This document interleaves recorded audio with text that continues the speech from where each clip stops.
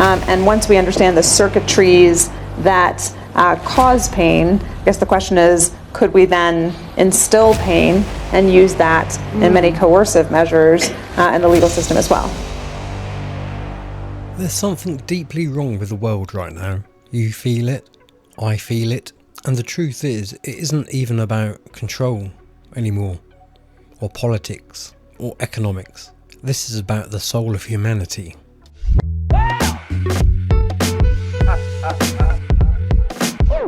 Yes, hello, welcome to the channel. It's me, Chris Brooks. I hope everyone's well today. Look what's happening behind the curtain.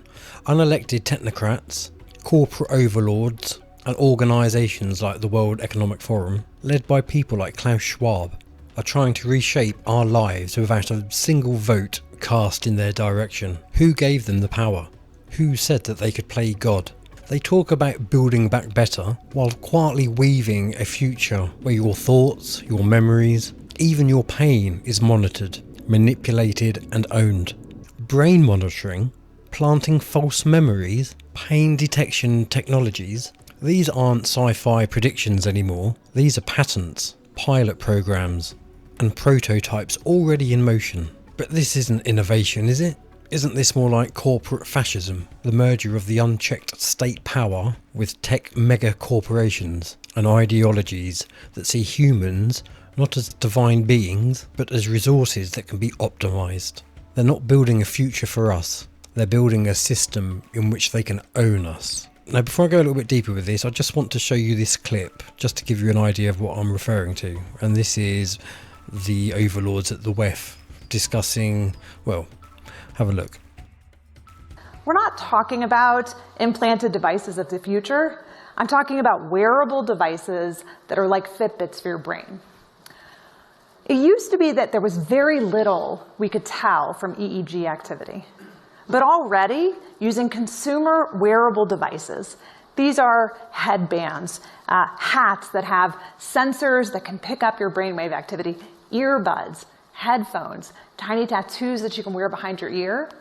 We can pick up emotional states like, are you happy or sad or angry?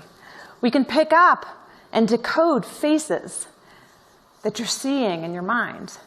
Simple shapes, numbers, your PIN number to your bank account. Interestingly, not just from neuroscience, but also from psychology, there's a wonderful researcher by the name of Elizabeth Loftus, who's done some really fascinating work looking at planting false memories.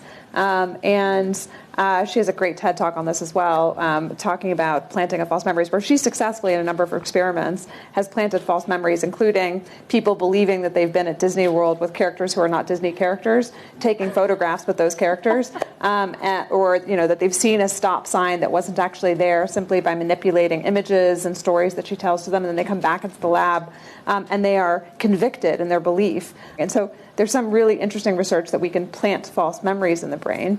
And in a different context, one of the emerging areas that's really interesting in law neuroscience is pain detection. And once we understand the circuitries that cause pain, I guess the question is, could we then instill pain and use that in many coercive measures in the legal system as well? So. Wow, that's amazing.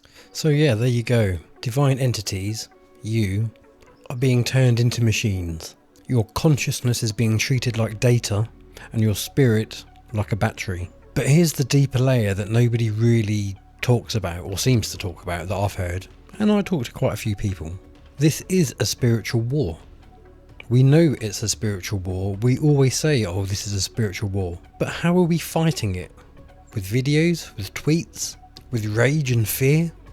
A tool that they love, because that's exactly what they want. If this is really a battle for the soul of humanity, then shouldn't we be training our souls? Shouldn't we be meditating, praying, practicing inner discipline, reconnecting with nature, with each other, with the divine spark within? And I'm not talking religion, because if we don't learn to sit with ourselves, to clear our minds, to root ourselves spiritually, then we will be swept away by their noise, their narratives, and their machines. So yes, raise awareness, speak out, but don't forget that the strongest resistance comes from within. A mind that they cannot hijack, a soul that they cannot buy. Be ungovernable, starting in spirit. And yes, there's a lot of practice what you preach going on here for me too. So this is as much a message for me as it is for you. So let me know what you think in the comments section below. Look after yourselves, enjoy your day, and I will speak to you soon. Namaste.